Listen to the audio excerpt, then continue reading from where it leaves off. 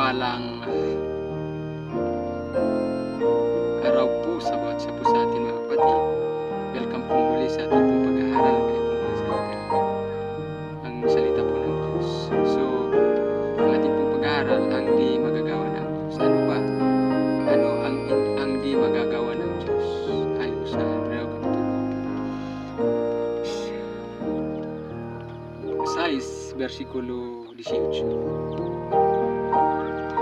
Upang sa dalawang bagay na di mababago,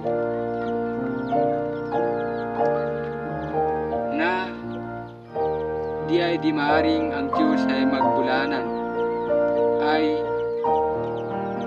magkaroon tayo ng isang matibay na kasiglahan, tayong nangaksitakas na sumakanlong upang mangipit sa pag-asang nalalagay sa ating